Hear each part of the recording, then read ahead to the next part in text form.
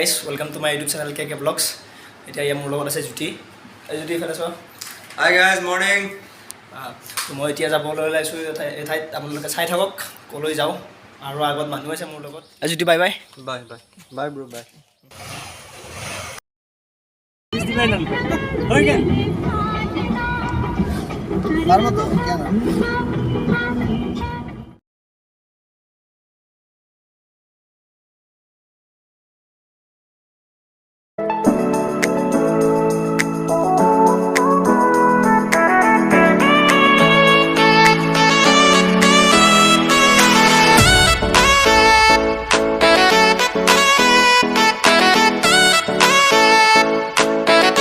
আহি পালোঁ, কালাগাঁও আহি পাইছোঁ।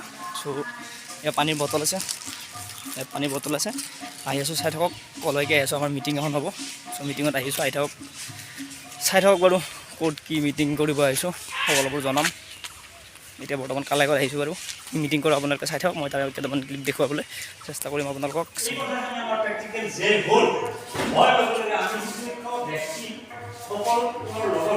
আৰু মহামহাপুৰুষ ব্যক্তি মুক্তি অঞ্চলৰ ব্যক্তিৰ লগত আমি আলোচনা কৰি নিজে কোম্পানী ৰিলেটিভছ নামৰ কোম্পানী এটা গুজৰাটত তাৰ প্ৰডাকশ্যন হয়।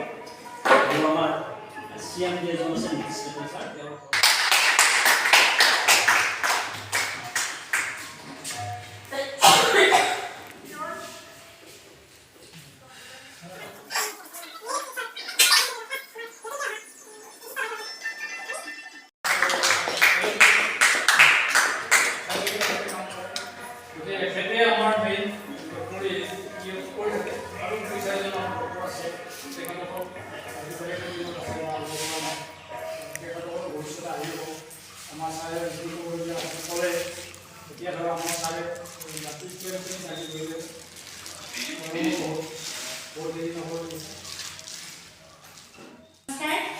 মোৰ নাম মিছেছ ইন্দিৰা ডেকা।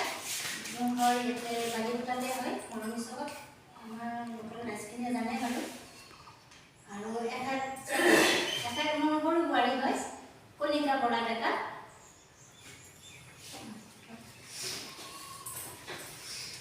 হয়, তাতে নমস্কাৰ। মোৰ নাম শ্ৰী বিজয় মেধি।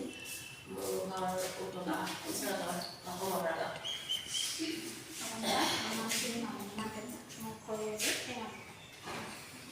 নমস্কাৰ, মই নিজলাৰ পৰা আহিছোঁ। মোৰ নাম শ্ৰী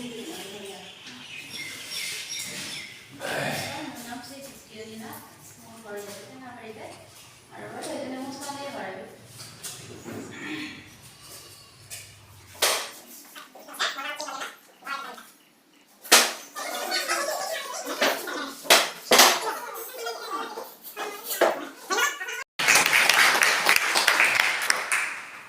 গোটেই ভাৰতবৰ্ষত ৰিলায়েন্স কোম্পানীটো বহুত ডাঙৰ কোম্পানী নহয়, মাত্ৰ জাষ্ট জন্মহে হৈছে।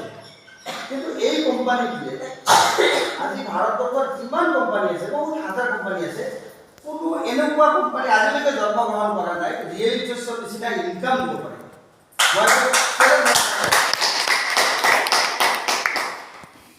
ৰিয়েলিটিছে যিখিনি ইনকাম দিব তাতকৈ আধা ইনকাম দিয়া কোম্পানীও ভাৰতবৰ্ষত নাই, তাতকৈ আধা ইনকাম দিয়া কোম্পানীও ভাৰতবৰ্ষত।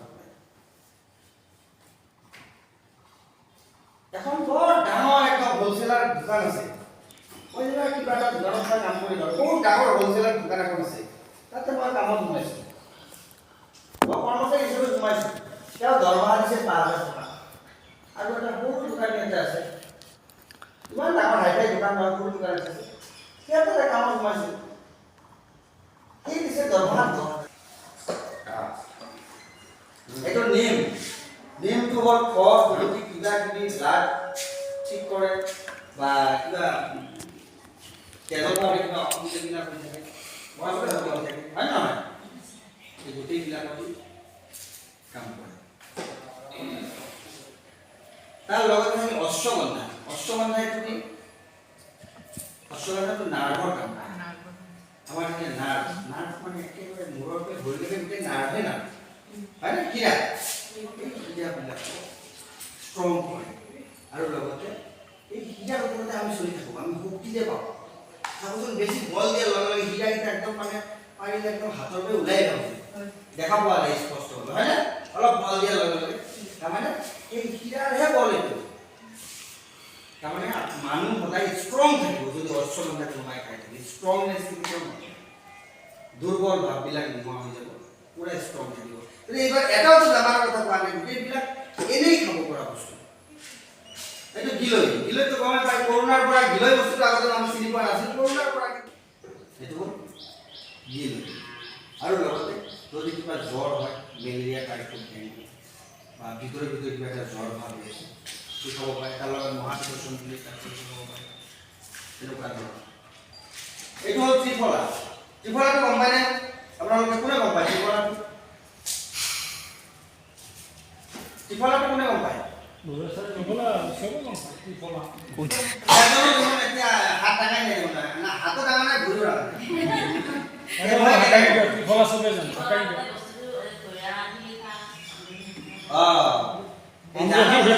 ডাঙা তিনিটা বস্তু এইটো আমাৰ একচুৱেলি হিন্দু ধৰ্মত কি কয় এইটো ব্ৰহ্মা বিষ্ণু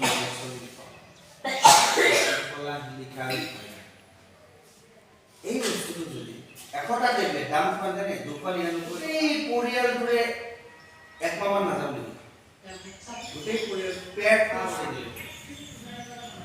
মুখৰ জ্যোতিটো আনি দিব ছালৰ গ্লেজ আহি যাব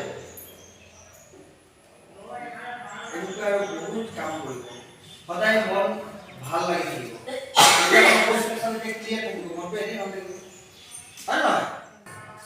গোটেই মাহটোৰ ভিতৰত 2000 টকাৰ পাৰ্চেছ কৰে বহুত ডাঙৰ কথা নেকি হা এইটো কৰিলে আমি এটা শ্বেয়াৰ পাই তাৰ কোম্পানীৰ টোটেল টাৰ্ণঅভাৰ 10% তেনেহ'লে কি যেতিয়া 2000 টকাৰ যেতিয়া পাৰ্চেছ কৰিম দেখা যাব যে কমচে কম 3000 আৰু লগতে একটা শ্বেয়াৰটো কম বেছি বাৰু হৈ থাকে ধৰি লওক বাৰু 200 টকা আপুনি পালে তেনেহ'লে দেখা যাব যে 1700 টকা কিন্তু আমাৰ ইনকাম হ'ব 2000 টকা পাৰ্চেছ কৰিলোঁ গোটেই মাহটোৰ ভিতৰত এইটো পাই উঠি মূলটো পাই উঠিলোঁ আৰু 1700 টকা আমাৰ প্ৰফিট বেয়া হ'ল ভাল হ'ল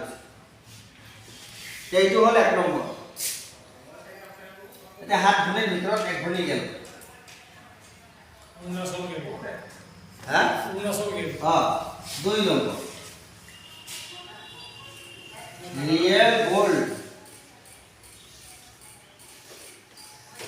রিয়েল গোল্ড কি করব লাগব এতিয়া কিন্তু একটু সেলফ নয় কিন্তু টিম বানাব লাগবে এটা একটা টিমৰ ইনকাম হ'ব আমাৰ এটা টিমৰ ইনকামটো আছে ডাঙৰ আছে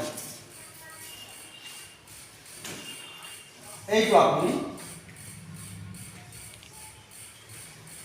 আপোনাৰ দুটা সাইড এ আৰু বি হয়নে এই সাইডটো আপুনি 1000 বিবি বনালে কোনে বনাব বেলেগহে বনাব এইজন ব্যক্তি আপুনি জয়েনিং দিছে ইফালে এজনক জয়েনিং দিছে ইফালে আবুলক জয়েনিং দিলে ইফালে বাবুলক জয়েনিং দিলে দুইফালে দুজনক জয়েনিং দিলে এই মানুহজনে নিজেও কৰিব পাৰে বা তেওঁ ডাউনত আৰু দুজন মানুহ আছে এনেকৈ সবে মিলাই কৰিব পাৰে নিজেও কৰিব পাৰে 1000 বিবি কৰি দিয়ে আৰু ইফালেও 1000 বিবি হ'ল 1000 বিবি মেচিং হৈ গ'ল তাৰমানে ইফালে 1000 ইফালে 1000 হ'ল গোটেই মাহটোৰ ভিতৰত যেতিয়া হ'ব তেতিয়া 1000 বিবি মেচিং হোৱাৰ লগে লগে আপুনি কি পাব 1 শ্বেয়াৰ আপুনি এটা শ্বেয়াৰ পাব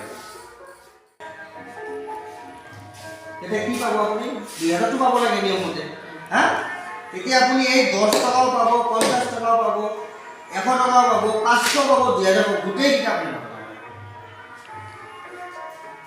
এই প্লানটো হেনেকুৱা ধৰণৰ মানে টেকনিক লগাই দিছে তাৰমানে আপুনি ওপৰলৈ গৈছে তলৰ গোটেই কিটা ঝাৰু মাৰিছো আপোনাৰ হেৰি খালত মাৰি গ'ল তাৰমানে বিদ্যা ভ্ৰমণত যায় 1 মাহ থাকিল ঘূৰি আহিব লগা হ'ল 1 মাহতো আপোনাৰ ঘৰ সংসাৰ এখন তাত হৈ গ'ল তাৰপিছত ঘূৰি আহিব লগা হ'ল সব বস্তু ঝাৰু মাৰি আনিব নহয় নে পেলাই থৈ আমাৰ প্লান কৰিব এতিয়া আপুনি ঘৰতে ভাত বনাই আপুনি দিয়া নাই তেওঁ নিজেই ভাত বনাইছে নিজেই কাম কৰিছে নিজেই তাৰ বিবি ইনকাম কৰিব আপুনি হৈছে এইটো ডাঙৰ গতিকে ইয়াতে দেখা গ'ল যে মোটামুটি 1100 টকা ইয়াতে ইনকাম হয়নে তাৰপিছত চাব আধা বস্তা চিৰা দিছে কৈছে তহঁতে 5 জনৰ মাজত ভৰাই ক'ত বেছি পাব তাৰমানে আমি কৈছোঁ আমাৰ ইয়াত 12 পোষ্ট আছে পেমেণ্ট গতিকে আমাৰতো হিচাপটো চালে কমে হৈছে সেই কথা বিশ্বকাপ তাৰ কাৰণে এটা ফাণ্ড ৰাখিছে এইটো ভাৰতবৰ্ষৰ ভিতৰত এইটো বিদেশটো নহয় বিদেশটো আহিব ইয়াৰ পিছত লাষ্ট 7 ভৰিটোৰ 7 নম্বৰটো বিদেশ ভ্ৰমণ এইটো 6 নম্বৰটোত আহিল নেশ্যনেলটো যেনিবা ধৰক এতিয়া আমি 50জন মানুহ ৰিচিভ কৰিছোঁ গোটেই ভাৰতবৰ্ষৰ পৰা দেখা গ'ল যে আমি নতুন অৱস্থাত 50জন মানুহ কৰিলোঁ এতিয়া সেই 50জন মানুহ আমাৰ এটা আলোচনা হ'ব যে আমি ক'ত যাম কোম্পানী কেতিয়াও নকয় যে তাতে যাওঁ বুলি আমি আলোচনা কৰিম ক'ত যাম মেক্সিমাম মানুহে ক'লে গোৱাত যাম আমি আমি গোৱাত যাম মেক্সিমাম 60% মানুহে যেতিয়া ক'ব গোৱাত যাম গোৱা